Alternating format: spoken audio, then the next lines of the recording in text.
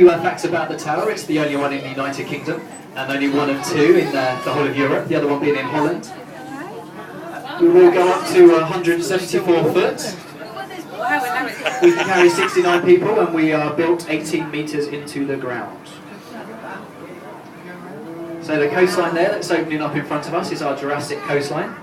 That spreads 95 miles from Exmouth in Devon all the way along to Studland in Dorset and covers 185 million years of the Earth's history, or you could look at it as 1/3 of the evolution of life. So the coastline there has been awarded World Heritage status. This is because of its unique insights into the world's science, and shares this prestigious title with other well-known locations around the world, such as the Grand Canyon and the Great Barrier Reef.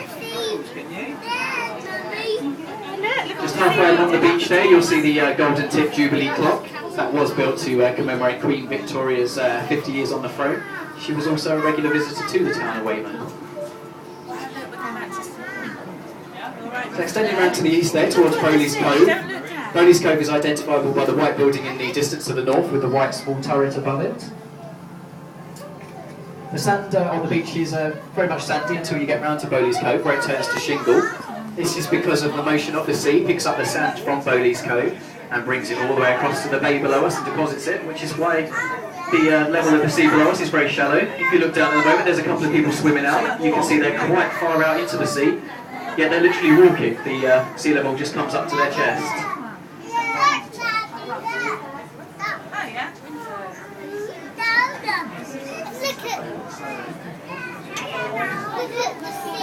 So just looking at Bowley's Cove, just above that to the left, there's the figure on the horse. That's called the White Horse, and it was sculpted to depict King George III's regular trips into Weymouth. Now it's actually meant to be sculpted to show him riding into Weymouth, but it was done the wrong way round and shows him riding out of Weymouth. This brought great shame on King George III. He depicted this as the residents of Weymouth not wanting him here. So he thought fine, he got on his horse, rode off, and never returned. So going further around to the east, you see the White Cliffs there. That's the White Knowe, and they form part of the Wessex Ridgeway. We live over that way, darling, in the next cove. And if you were to go further along to the east, you'll see such places as Lulworth Cove and Durdle Door. If you've never been to Durdle Door and you're just down here visiting, it's a great place to go. It's one of them places that's got breathtaking views and plenty of photo opportunities. It is completely free, you just have to pay for the car park. That's where we were right over there, up there.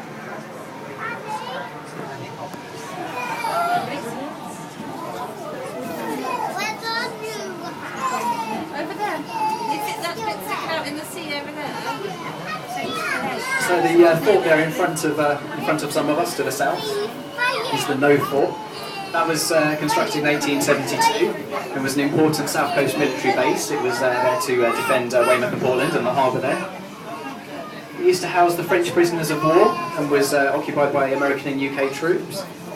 During World War II, it was upgraded to provide anti-aircraft protection. Some of the weapons you can still see on the roof there today. It was also used in the preparation of the D-Day landings at Normandy.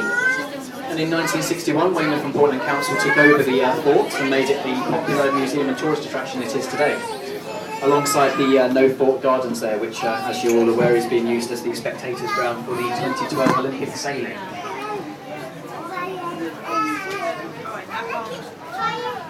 So the large walls extending out from the fort there, they're the breakwaters, and they form part of the largest man-made harbour in the world, called Portland Harbour, which was used to test the Whitehead torpedo and Barnes Wallis's bouncing bomb, which was used by the dam busters. It's now a naval and commercial shipping port and accepts transatlantic cruises from the USA. And as again I'm sure you're aware, it's where the 2012 sailing is being carried out, in that very harbour there, and it extends out into the bay to where you can see the red bouncing buoys. There's not too much going on at the moment.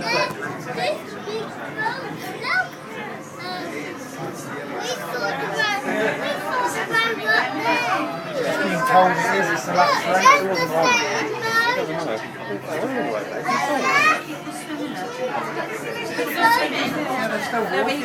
You stay here. Look.